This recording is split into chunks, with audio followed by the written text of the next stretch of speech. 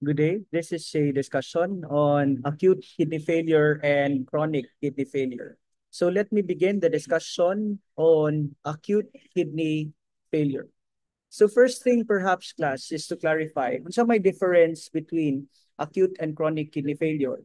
So ang imong tan-awon ana is simply the time element. Meaning if the disorder or the kidney problem is less than 6 months, then it falls under acute conditions. And if it is 6 months or more, then it is already chronic. And aside from the time description, ang imong tan-awon class is whether or not ang kidney failure is reversible. If reversible pa siya, then it is acute. But if it becomes irreversible, then chronic kidney disease na siya. Chronic kidney failure na siya. And chronic kidney failure is otherwise known as your end-stage renal disease, meaning the point of no return or the point where the kidney does not function anymore. Okay? So let's begin with acute kidney failure. What are the risk factors for a person to develop acute kidney failure? So number one, mga diabetic, no? Mga hypertensive nga mga patients, patients who have congestive heart failure. Kaya kung naakay congestive heart failure, remember, ang congestive heart failure is a pumping failure. So if the heart fails to pump effectively, then the perfusion of blood to the different organs is likewise affected. Kinsa pa man, katong hilig kaayo og parat. So that's why our parents would always say, ayaw sige kaon og junk foods. Not because may UTI ka, but because of the very high sodium content that can affect your kidneys later on. No? Pwede sad trauma, pwede sad infection. Okay? So, unsa magiday na class ang acute kidney failure? Acute kidney failure is a sudden onset of azotemia. So it's a sudden onset of azotemia. Unsa man na siyang azotemia? This is a condition where the levels of nitrogenous waste in the body is very high. Nitaas imong urea, nitaas ang imong uric acid, nitaas ang imong creatinine. And this onset is very sudden nga okay pa gani kagahapon ni kalit lang kakaron. Okay? So this is a rapid or a sudden onset of azotemia or a condition characterized by elevated levels of urea, BUN, creatinine. Okay? So again, when we speak of acute kidney failure, this is reversible, meaning maayo pa ka. Okay? Because while the tubules are damaged or the renal tubules are affected, the glomerulus in a patient with acute kidney failure is not affected. Okay? So guba ang renal tubules but the glomerulus is intact. That's why pwede pang maayo. And the hallmark of symptom of a patient with acute kidney failure is a sudden onset of oliguria. Unsa gani ng oliguria? When you urinate less than 30 ml per hour. So ang normal urine output is kada oras dapat naa kay 30 ml or more. Kung less than 30 ml, then that is already oliguria.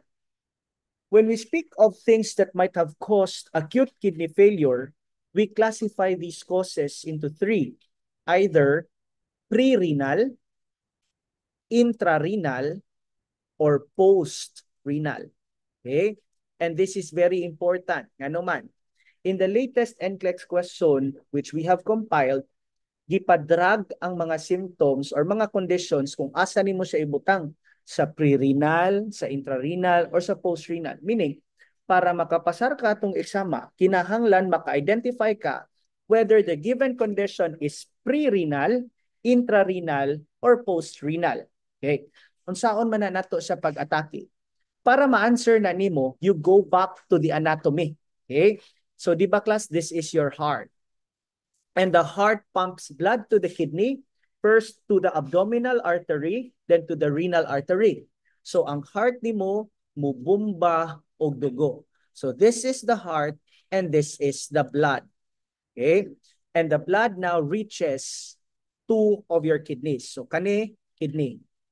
Kidney 1, kidney 2. Gikan sa kidney ang ihi mo gawas via the ureter. Musulod sa bladder, mugawas via the urethra.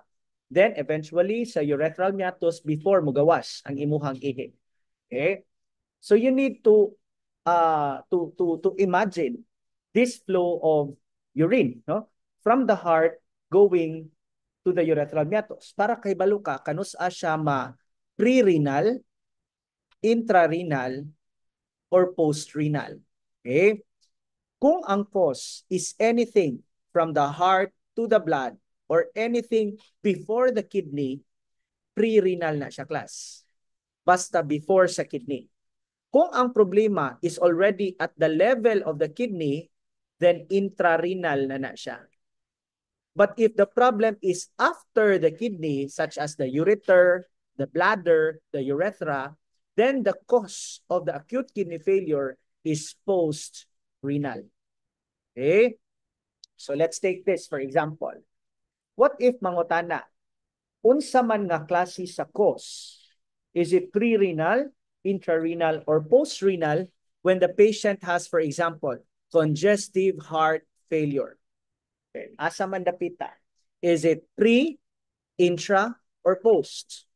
So congestive heart failure class is classified under pre-renal causes. Ngano man, naama na siya diri sa level sa imuhang heart. So before sa imuhang kidney. That's why it is a pre-renal cause. Giunsa man nga ang congestive heart failure, nakakos siya og acute kidney failure. Because class, when you have congestive heart failure or a pumping failure of the heart, then dili siya makabumba og tarong sa imuhang dugo going to the different organs of the body. Example, the kidney. So kung guba ang imong heart, dili makabumba og dugo to the kidney, then mao nang nadaot ang imong kidney. So pangutan-on mo, nadaot ang kidney tungod kay di kabumba ang heart, then it is pre-renal. Okay? What else? What if the patient has diabetes mellitus? DM. Kung naay diabetes mellitus ang pasyente, is it pre-renal, intrarenal, or post-renal? The answer is it is pre-renal. Nga naman, because it is a blood problem. Sir, nganong madaot man ang kidney kung naay diabetes ang pasyente? Well, kung diabetic ang imong pasyente, unsa may mahitabo sa iyahang dugo? Tamis. So kung taas o glucose or tamis ang iyahang dugo, it looks like a syrup already. Muhimo na siyang murag syrup, tanawa ra gud ng juice, tangan imong daghan og sugar. Unsa man siya. It becomes like syrup. And when you compare a fluid versus a syrup in the way it flows, mas hinay ang syrup mudagan. So patients with diabetes mellitus has a sluggish flow of blood. Hinay mudagan ang dugo. And when the blood flow is sluggish, it follows therefore that the supply of blood to the different organs of the body is likewise low. Maunang nadaot ang imong kidney. Okay? What else? What if I would say naa kay dehydration? Okay? So kung naay dehydration ang imong pasyente, is that pre-renal, intrarenal, or post-renal? Bitanawa ko no. Would you put it pre-renal, intra, or post-renal? Dehydration. Kung dehydrated ang tao, what happens to the cardiac output? Di ba muubos? Ang imong blood volume o ang imong cardiac output muubos when the person is dehydrated. And when the cardiac output is decreased, what happens to the tissue perfusion? The tissue perfusion is likewise reduced. So mohinay ang dagan or supply sa dugo padulong sa imong kidney, mao nang ang kidney nadaon. Okay? So dehydration is a pre-renal cause. How about class if naa kay burns, for example? No? Napaso. Kunya later on, what na ihi ang imong pasyente. So unsa man na siya? Is that pre-renal, intrarenal, or post-renal? So in that case, it is pre-renal because burns can cause dehydration. Dehydration can cause reduced cardiac output. Reduced cardiac output can cause decreased tissue perfusion. Okay? Now, how about if naa kay hazing, for example? Kana bitong mo appeal ka ng mga fraternity. Apil ka fraternity, unya, gipadol ka, bunalan ka sluyong, padol. Pag human, wa na kay ihi. Unsa man na. Hazing can cause trauma to the kidney. And because the trauma is a direct insult to the kidney, is that pre-renal, intrarenal, or post-renal? It is intrarenal. Okay? Kanang karate, boxing, hazing, basta mabunog imong buko-buko, asa gani na, dapit? Naa sa imuhang 12 rib retroperitoneal. So mao na kung magsakit ang imong kidney, we do the kidney punch, there is a luyo, no? So, ang trauma to the back at the level of the 12th rib can cause direct insult or injury to the kidney, maunang nadaot ang kidney. And that cause is intrarenal. Okay? What else? What about if the patient has been taking antibiotics or any medications? Okay? Remember when I said in the first video class, pangutanon gani mo sa complication sa pag-inom sa bisag unsa nga tambal, it's always safe to say na ang side effect ana niya or the adverse effect could be nephrotoxicity. Because we all agree that medicines are chemicals and chemicals have toxins. And who gets rid of these toxins? It's the kidneys. So meaning any and at all times, the kidney come in contact with the toxins. So any medication therefore is nephrotoxic. Okay? So kung sige kag inom og tambal, nya nadaot ang imuhang kidney, is that pre-renal, intrarenal, or post-renal? That's intrarenal. Kaya there is a direct insult or injury to the kidneys itself. Okay? So unsa may mga example sa mga medication nga makadaot sa kidney? Your streptomycin, that's an anti-TB medication, no? Streptomycin can cause ototoxicity, and aside from that, it is very nephrotoxic. Naamang po'y problema mo ingon ang mga tao, no? Okay raman mo inom og paracetamol, no? Okay raman mo inom og paracetamol. Okay raman na class. Pero nag-inom kag paracetamol, nag-inom pagyud ka og Saridon for example, nag-inom pagyud kag Bioflow. So nagparis-paris na, nagpatong-patong na ng imong paracetamol. And kinsa may kontra sa overdose in paracetamol? Kidney gihapon. Nganong kidney man sir? Because it's the kidney that excretes these toxins. Okay? So overdose in medications, excessive medications can affect the kidney because it is the role of the kidney to excrete these toxins. Okay? What else? Let's say naakay acute glomerulonephritis, inflammation of the kidney. Is that pre-renal, intrarenal, or post-renal? The answer is, it is intrarenal. Ngano man, there is a direct insult or inflammation of the kidney. Unsa man ang acute glomerulonephritis class? This is a glomerulonephritis, itis of the nephrons, inflammation of the nephrons, inflammation of the kidney. Nganong nagka-inflammation man ang kidney?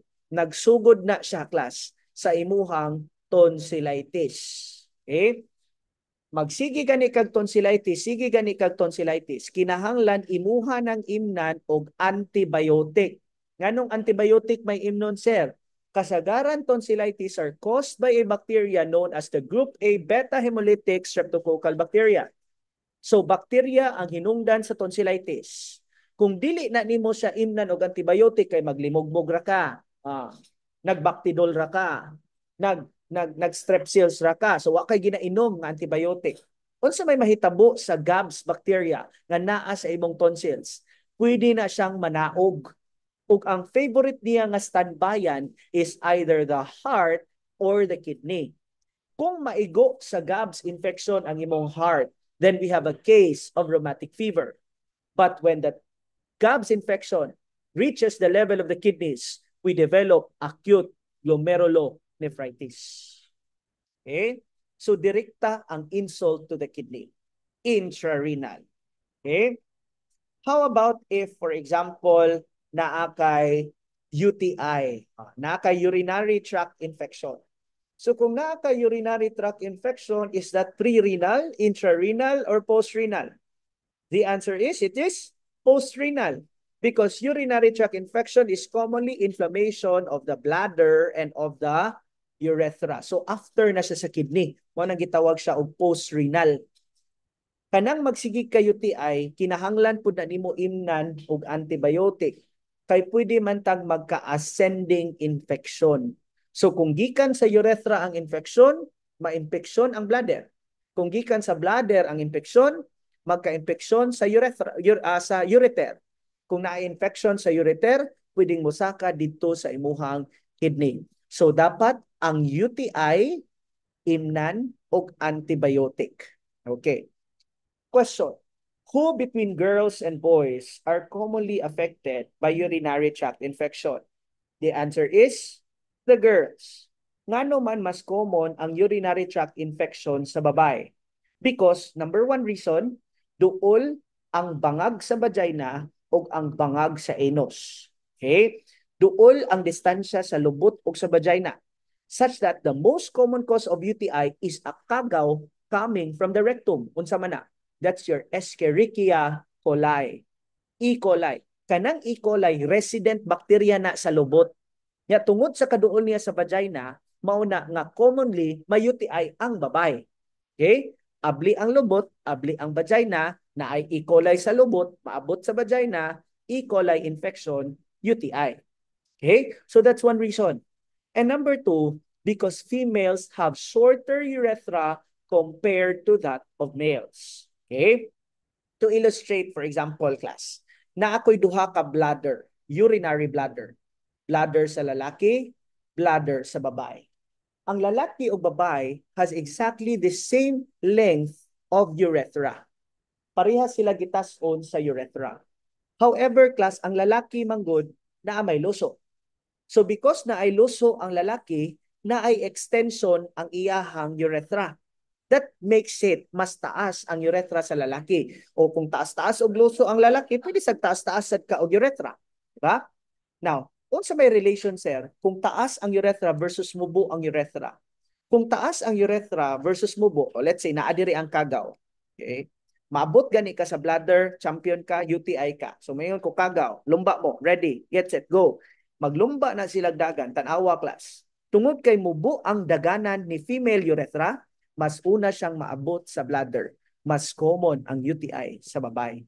Ang sa lalaki, nagdagan pa lang, naabot pa kadiri, pero mangihi na ang lalaki. Unsa may mahitabo, ma-flush out ra gihapon niya ang kagaw. So females are predisposed to urinary tract infection because number one, of the close proximity between the anus and the vagina, such that the most common causative agent is E. coli. And number two, because females have shorter urethra compared to that of males. Meaning to say, ang lalaki dili masigig UTI tungod kay taas ang urethra, kay naaman may sumpay nga urethra sa amuang loso. So kung taas-taas kag loso, taas-taas kag urethra. Okay? So kung ang lalaki gani class may UTI, that is $1,000,000 question. May UTI gani ang lalaki basin iyot di ay, ha? Basin iyot di ay rana. Okay? Kay di man na common sa laki ang may UTI class. Okay? It's either nangabang ba siguro ka or nigamit kag babae o niya unprotected inyong sex or basin mubo kag urethra. Mubo imong urethra because you know the reason why. Okay? So UTI is common among females. That's why for females to protect itself against UTI, women must keep its vagina acidic. Dili ka pwede mo gamit og bisag unsang sabon or panghugas dinha nga maka-alter sa pH sa imong vagina because we keep the vagina acidic as our pangkontra sa UTI. Okay? Mo nang makapalit mo og mga feminine wash, mga vaginal wash to keep the pH of the vagina as is because the pH fights against bacteria. Okay? Mao bitaw na nga dili na pwede kung unsa imong shampoo sa ulo, mao lang sa na imong i-shampoo diha sa ubos. Di ba? Mabitaw nang gitawag nag head and shoulders, kay head kutob ra shoulders, dili kay head kutob buto, di ba? So di na pwede nimo gamiton kay ngano ma-alter ang acidity sa imong vagina. Okay? Gusto man ko humot ako unsa may imong gamiton daw ni para ini grab bango, di ba? Pero bawal na, no? Bawal na because the acidity of the vagina will be altered. Okay? So women should use cotton panties. Dili maayo nga mogamit og silk panties ang mga babae because labi na kung naa kay stress incontinence. Unsa man ang stress incontinence? Kana bitaw kinig-ubo nimo unya nakaihi. Oh, that's stress incontinence. So you do Kegels exercise and you use cotton panties because cotton panties are highly absorbent that draws the urine away from the opening of the vagina. Kay kung mag-silk ka, ang ihi pag stress incontinence magkatag lang na dinas imong atubangan sa vagina, wa kay panty liner, o mo na may UTI yun ka. Okay? And UTI, once complicated, could ascend and reach the kidney, causing kidney damage or acute kidney failure. Okay? So that's it for urinary tract infection. What else is a post-renal cause? no? Naa kay bato sa gallbladder, as bato sa urinary bladder, for example. Okay? So you call that as your urolithiasis. Na ay bato sa imuhang urinary bladder. Nganong post-renal man? Ang bladder is after the kidney. Urethritis, for example. Post-renal. Bato sa imuhang ureter. That's post-renal. Okay? So you should be able to master the distinctions between causes which are pre-renal, intrarenal, and post-renal. Now, let's go to the different phases or stages of acute kidney failure. Ang acute kidney failure class is classified into 4 phases. Phase 1, 2, 3, and 4. Okay? So there are 4 stages or phases of an acute kidney failure. Remember, class, what makes it acute is not just the time element, but the fact that it is reversible. Meaning, expect, class, that the last stage of acute kidney failure is recovery. Okay? Recovery, or we call it as the convalescent period. Okay? Recovery or convalescent. And the first stage of acute kidney failure, from the word itself, onset, or otherwise called initiation. Okay? So magsugod ka sa onset or initiation, mo-end ka sa recovery or convalescent. Nganong naa may recovery, sir? Because acute kidney failure pamane nga sakit. Okay? The second stage is the oliguric phase. Okay?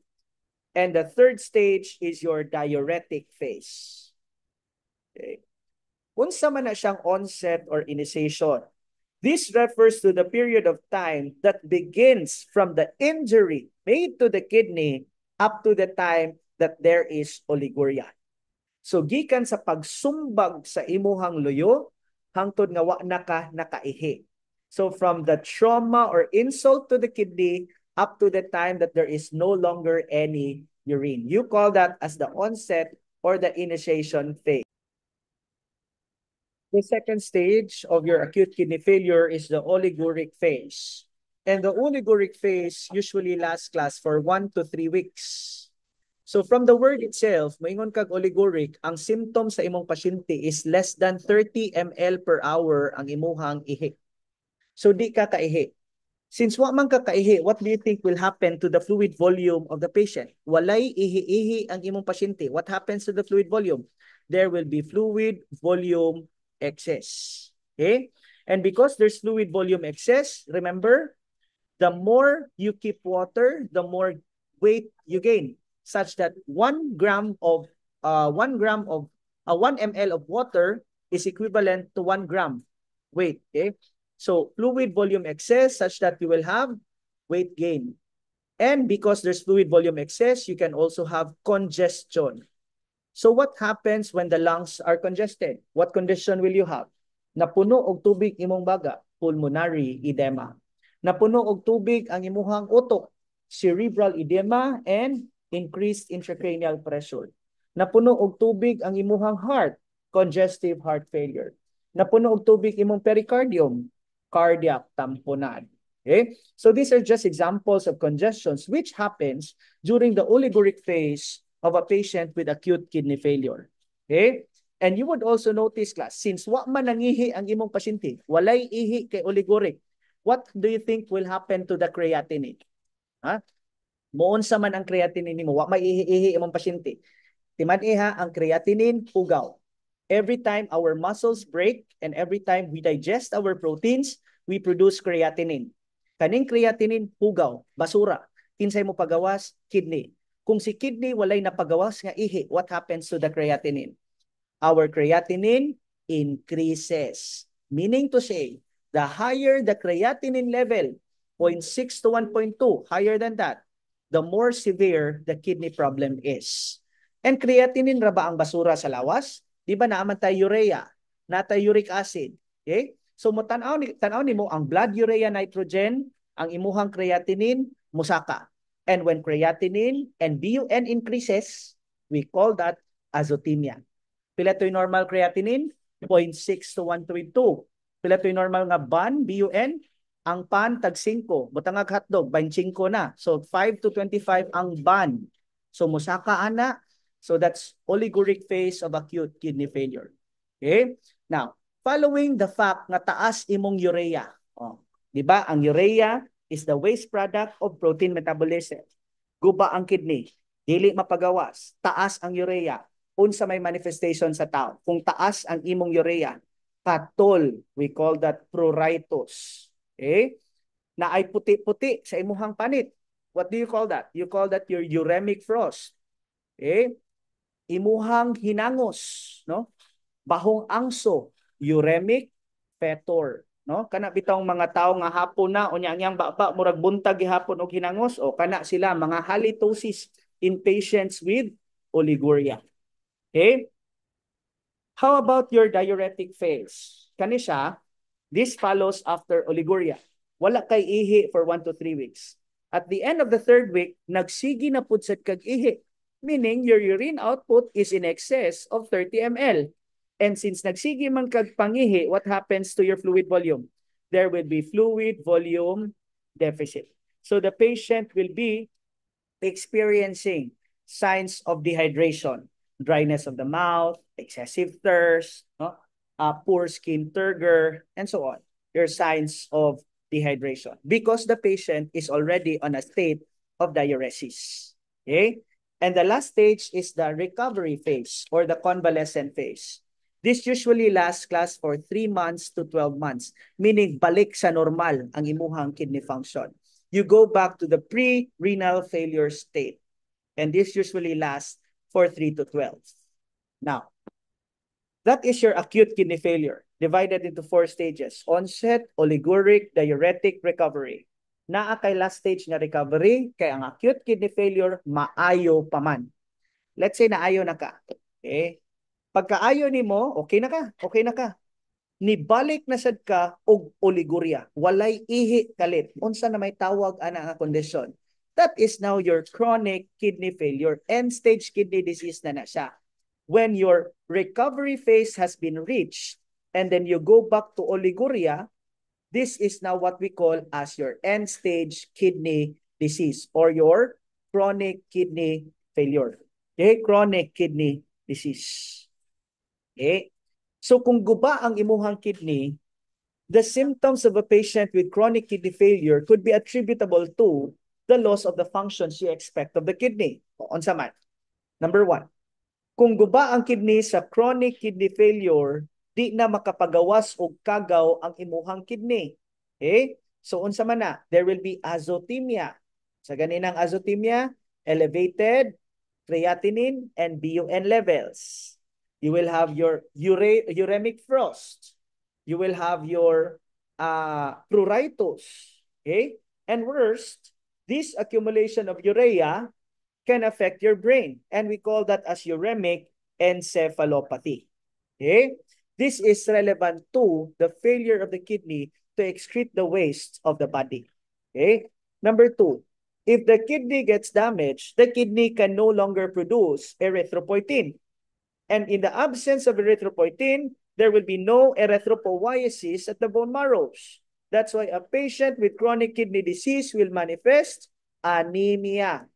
Mauna nga di mo mahibong nga inighuman og dialysis sa pasyente na atay i-inject. Unsa man ni atong gina-inject din ha? That's erythropoietin. And the brand name could be Epoetin, Epogen. Oh, mauna siya. That's actually a synthetic form of erythropoietin given to patients with chronic kidney disease because such patient, kung guba ang kidney, can no longer produce it.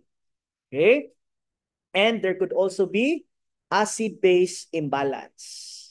Nganong naaman tayo acid-base imbalance? Specifically, unsa nga acid-base imbalance ang mahitabo sa patient with kidney disease? Is it respiratory or metabolic? Metabolic. Acidosis or alkalosis? Acidosis. Nganong mag-metabolic acidosis ang pasyente nga guba og kidney? Simply because your waste, your nitrogenous waste are acidic. Okay? They are acidic in nature. Meaning, if your kidneys are broken and you cannot excrete these acidic wastes, then you keep this acidic waste. Di mo papagawas ang acid. It remains in your body. That's why you develop metabolic acidosis. And you will also experience electrolyte imbalances. Okay. Example, you can develop hypermagnesemia. Nganong mataas man ang magnesium? Because the kidney excretes excess magnesium. Okay? In cases where there is excessive magnesium, ang mulabay sa sobra nga magnesium is the kidney. So if the kidneys are broken, then magnesium cannot be excreted. Now, let's go a little bit on your OB discussion.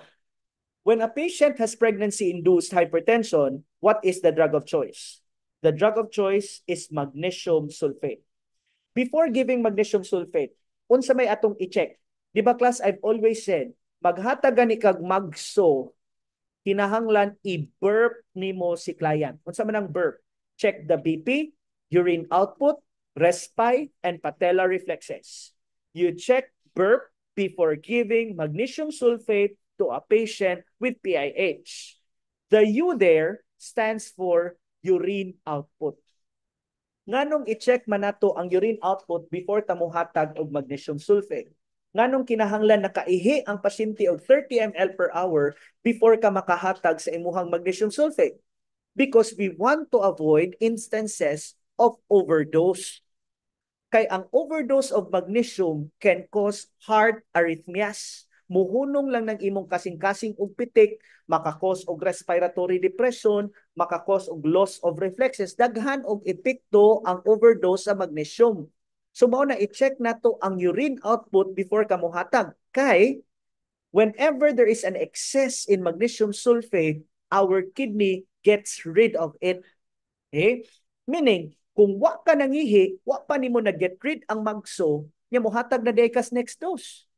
Mao na nga di ka mohatag sa next dose kung wa pa nakaihi ang pasyente, kay pasabot sa walay ihi, wa pa na excrete ang prior magnesium nga medication nga imong gihatag. Okay? So the very purpose of checking the urine output is to avoid instances of magnesium sulfate toxicity. Okay? So when the kidneys are damaged, you develop hypermagnesemia. And symptoms of hypermagnesemia is down. Ubos imong BP. Okay? Ubos ang imuhang respiratory rate. Okay? And there will be loss of deep tendon reflexes. Okay? Next. Number 2, okay? Unsa may epekto sa imuhang potassium, there will be hyperkalemia. Okay? Anong na may hyperkalemia, sir? Remember your tubular secretion where your hydrogen, ion, your creatinine, and potassium are being excreted or reabsorbed depending kung kinahanglan, no? So it is your kidney who excretes excess potassium in the body. When the kidney cannot excrete it, you will have hyperkalemia. And what do you see on ECG when the patient has hyperkalemia? Hyper, peak T wave. Okay? Tall peak T wave. Okay? So, hypermagnesemia, hyperkalemia, and what is the opposite of hyperkalemia insofar as sodium is concerned? Hyponatremia. Because kay balota sa rule, no, nga ang potassium ug ang sodium are always opposite. Okay? And your sodium there is low because of dilution. Meaning, since wa man kay ihi-ihi, ang imuhang asin na dilute sa imuhang tubig retention. That's why you have hyponatremia. Okay? Now, because the kidney cannot activate your vitamin D, and vitamin D is required to absorb calcium. So the absence of vitamin D is equal to the absence of calcium, therefore. So you will have hypocalcemia. And because opposite na sa phosphorus, you will have hyperphosphatemia. So class, these are just some of the electrolyte effects on a patient with chronic kidney disease. So unsa to'y mga symptom? Basta na kay CKD, azotemia, anemia, electrolyte imbalance, specifically metabolic acidosis, and electrolyte imbalances. Okay, magnesium, taas ubos, taas. Potassium, taas ubos, taas. Unsay opposite sa potassium? Sodium, ubos. Kung walay vitamin D, naabay calcium? Wala. So hypocalcemia. Kung ubos ang calcium, what happens to phosphate? taas, hyperphosphatemia. Okay? So that is your chronic kidney disease. Now, kung guba na gyud ang imuhang kidney, di na siya ka-function ang imuhang kidney. Unsa na malay mabuhat nato para sa pasyente? The only thing that we can do for the patient is to undergo dialysis or ultimately kidney transplant. Okay? Unsa man na siyang dialysis class? Dialysis is the process of removing fluid and uremic waste from the body in lieu of the kidney. So ang dialysis is to use a machine or a dialysate in order to act as if it is your kidney because your kidney is not functioning anymore. And when we speak of dialysis, naana siya duha ka klase. Na ay hemodialysis, naapog kay peritoneal dialysis. Okay? Ang hemodialysis class will remove waste from the blood using a machine. Mugamit tag dialyzer, okay? Ang kanang dialyzer, this will act as if siya ang glomerulus. Okay? The dialyzer will act as if it is the glomerulus, and we will also use a dialysate. And the dialysate will act as if it is the extracellular compartment. Okay? So hemodialysis class is a machine that requires the use of a dialyzer and a dialysate. Okay? The dialyzer will act as if it is your glomerulus, while the dialysate will act as if it is the extracellular compartment. Okay? To do your hemodialysis, unsa may atong gi-require? Kinahanglan na atay access. Okay? Aron maka-hemodialysis ta, kinahanglan na ay access. And when we speak of access, na ay duha ka klase. Na ay temporary, na ay permanent. Okay? Pero it does not mean, class, nga kung na kay temporary access, wala na kay permanent access. Kung na kay permanent access, di na ka mag-temporary. Pwede rin na magdungan. Okay? Ang kanimang kong temporary access class, this requires a central line either adto kagamit sa imuhang intrajugular, sa subclavian vein, or sa femoral vein. Okay? So ang temporary access site for hemodialysis will use a central line such as your intrajugular, subclavian, and your femoral. Kung femoral gani ang imong gamiton, kana siya taas-taas na siya og risk for infection. Nga naman, ang femoral dool sa bugan, dool sa loso. So pwede na siyang ma-contaminate sa imuhang ihi. So there's a greater risk for infection using the femoral vein.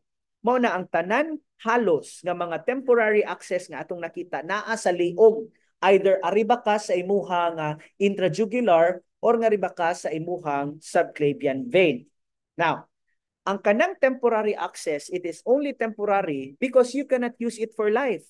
In fact, ideally, a temporary access could only be used for 3 weeks. Okay? Unsa may naong ana niya, class. Okay? Ani. Okay? So here, class, this is our intrajugular vein and this one is our subclavian vein.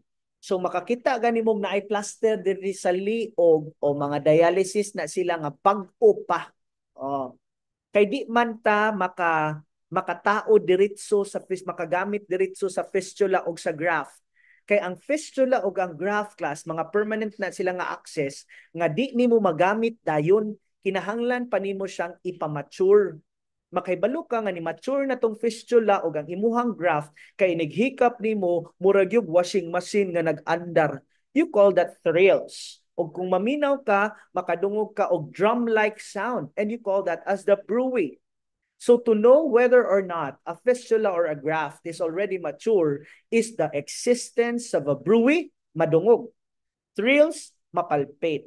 Okay? So imo pa na siyang ipamature, no? Mature na siya mga 2 to 6 weeks pa. So kinahanglan naman kay dialysis.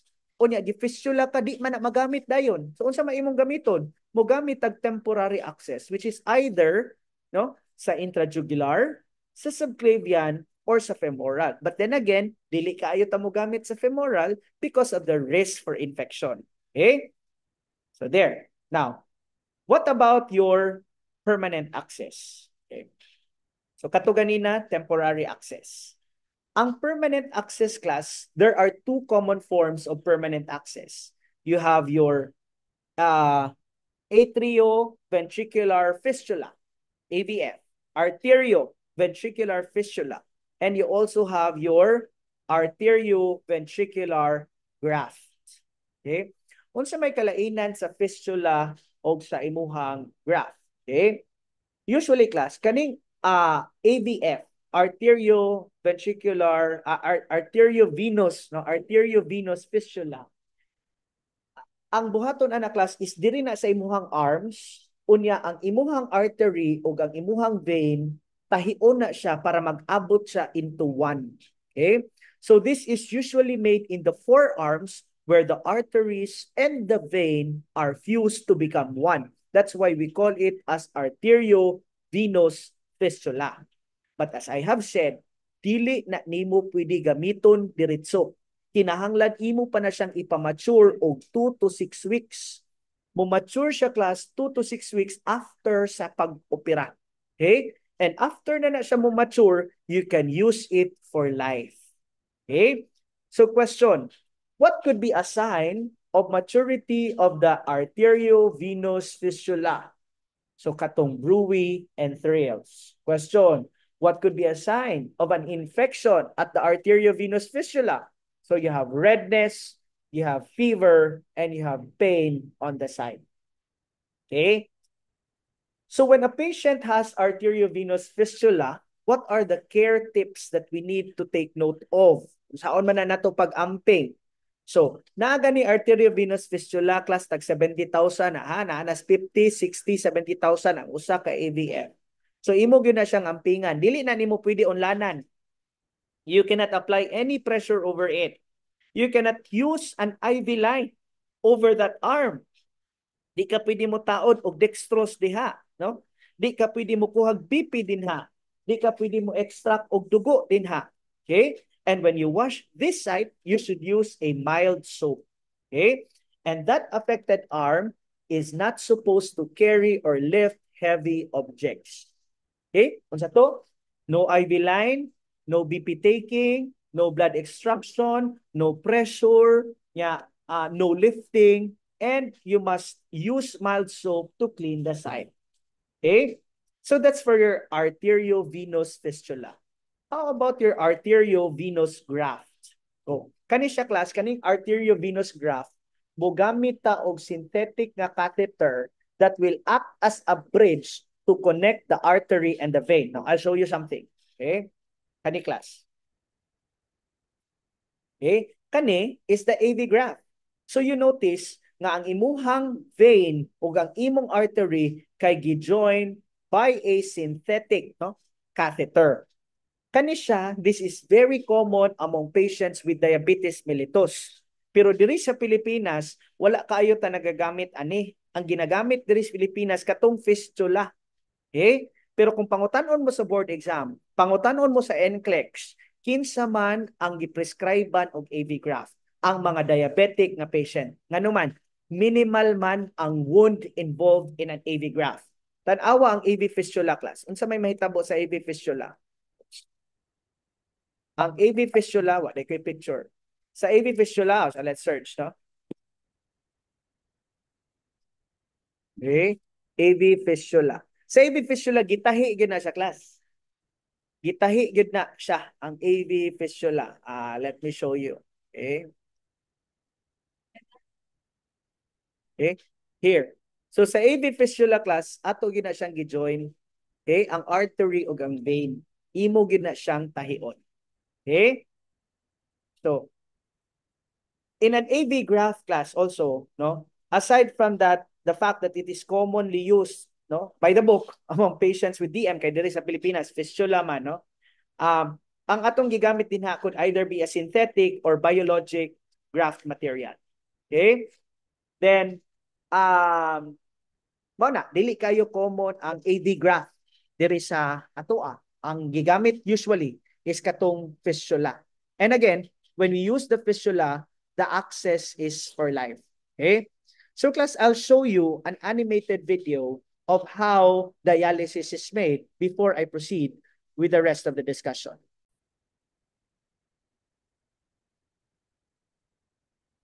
Dialysis is a therapy that artificially removes wastes from the blood of patients whose kidneys can no longer perform this function adequately. There are two main types of dialysis: hemodialysis and peritoneal dialysis. In hemodialysis, blood is filtered outside the body in a dialysis machine. The patient's blood is pumped to the machine, cleansed, then returned to the body. To prepare for regular hemodialysis treatments, a one-time minor surgery is performed to create a vascular access, which is essentially a large and strong vein, enough to sustain the high flow rate through the machine. This can be accomplished by fusing an artery to a vein, forming a so-called fistula. So that one, class, is your arteriovenous fistula. There is a surgery made to join the artery and the vein in the forearm. Okay? And a graft is the second one. Or by adding a synthetic tube, a graft. For emergency treatment, a catheter can be used for temporary access. Once inside the machine, blood flows within tiny tubes surrounded by a dialysis solution called dialysate. The walls of the tubes act as semi-permeable membranes that allow only small molecules, such as water, nitrogenous wastes, and electrolytes, to pass through. The filtration occurs by osmosis and diffusion, where water and solutes move from higher to lower concentration. The dialysis fluid contains solutes at the levels similar to those in healthy blood. Urea, potassium, and other solutes that are present at higher levels in the patient's blood move out to the dialysate, which is constantly replaced and discarded. At the same time, other substances can be added to the dialysis fluid to be administered to the patient. These may include bicarbonate to adjust the patient's blood pH, erythropoietin to compensate for its low production by the failing kidneys, and certain medications. Because of the increased risks of blood clotting associated with its contact with foreign surfaces, an anticoagulant such as heparin is usually added. The composition of dialysis fluid is typically prescribed by a nephrologist based on the patient's needs. Hemodialysis is normally performed as 4-hour treatments 3 times a week in a dialysis center. Complications include risks of blood infection, thrombosis, and internal bleeding due to the added anticoagulant. In peritoneal dialysis, the dialysis fluid is introduced into the patient's abdominal cavity via a catheter. The lining of the abdomen, the peritoneum, serves as the natural filtering membrane. The fluid remains in the body for several hours, allowing exchange and equilibrium with the blood running in the underlying vessels before being discarded. The therapy can also be done automatically at night during sleep. Peritoneal dialysis is less effective than hemodialysis, but because it can be performed for longer periods of time, the result is comparable. Peritoneal dialysis offers more flexibility, is better tolerated by patients, and less expensive, but is more often complicated with abdominal infections. So there, no? You have it. You have the distinction between a peritoneal dialysis and a hemodialysis. Now, last part lang, class. What are the nurse's obligations during a dialysis? So una, before the dialysis, you should take note, no? Before the dialysis, you should take note that there should be no meds given to the patient prior to the procedure. I-hold sa gyud na nimo tanan tambal. Because later on, kanang tambal, adto man na nimo ihatag sa machine. Okay? And take note very well that before the hemodialysis, the patient must not be given hypotensive medications. No? You avoid giving the antihypertensive drug to the patient because the dialysis itself can cause hypotension. So naghatag kag antihypertensive nga makakos og hypotension, unya the procedure itself can likewise cause hypotension. So doble na, no? Doble na kadelikado ang imuhang patient. Because in kanang machine manggod, inig-press nimo anang machine. And another important task that the nurse must do before the procedure is to surely weigh the client, no? Kay kung di na nimo matimbang imuhang pasyente before the procedure, delikado no nga maka-incident report ka. Kay atong gunang timbangon class. Kay kung ang imong timbang 85 pagsugod, unya paghuman 85 gihapon, most likely wa na nimo ma-press ang ultra filter. Kay kana magong ultra filter class, that is the function of the machine to pull water out of the blood. So when water is pulled out of the blood, what happens to the cardiac output? Ubos. And when the cardiac output is reduced, what happens to the BP?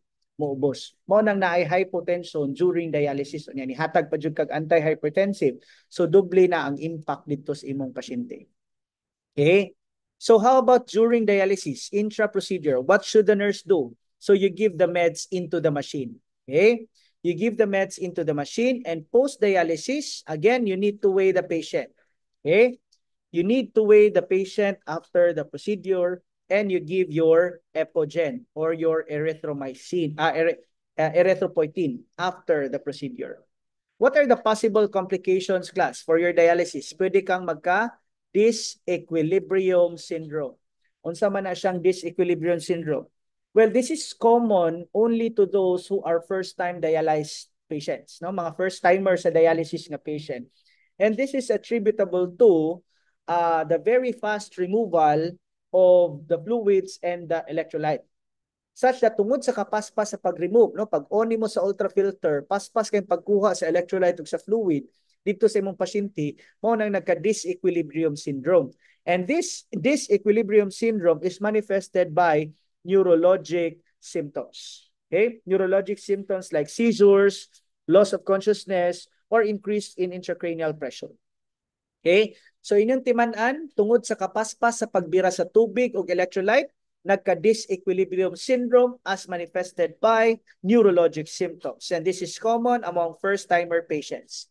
Unsa pay common complications, class? Hypotension, as I have said, no? Pwedeng maubos ang imuhang blood pressure, pwede kang magka-leg cramps. And the leg cramps are attributable to the imbalance between calcium and phosphorus. Malipong sa ka, no? You can feel dizzy. You can have nausea and vomiting. And lastly, you can have possible infection. Okay? Lastly lang, class, ang peritoneal dialysis. Unsa man ang peritoneal dialysis? In peritoneal dialysis, class, we will be using a catheter, no? Ang common brand sa catheter atong gigamit din ha, class, is the Tenkov catheter, which is inserted at the side of the umbilicus. Onya, you do three processes. Unsa tong three processes? Fill, dwell, and then drain. Okay? So three steps are fill, dwell, and drain. Fill, meaning maghatag ka atong imuhang maghatag ka sa imuhang dialysate, no? So i-transfuse nimo ang dialysate dito sa peritoneum sa pasyente, and the dialysate is very high in dextrose. And because it's very high in dextrose, it pulls waste, no? It pulls waste and water towards it tungod sa very high concentration of dextrose in the dialysate. So imo na siyang ibutang for pila ka hours, depende sa order sa doktor. So you make it dwell. And after pila ka hours, as prescribed by the doctor, imuha na siyang i-drain. So unsa may obligation na to, inig-drain na to, anak class? Imo sang tan-awon kung ang solution is cloudy. Because cloudiness of the solution indicates infection. And the infection is peritonitis. Okay?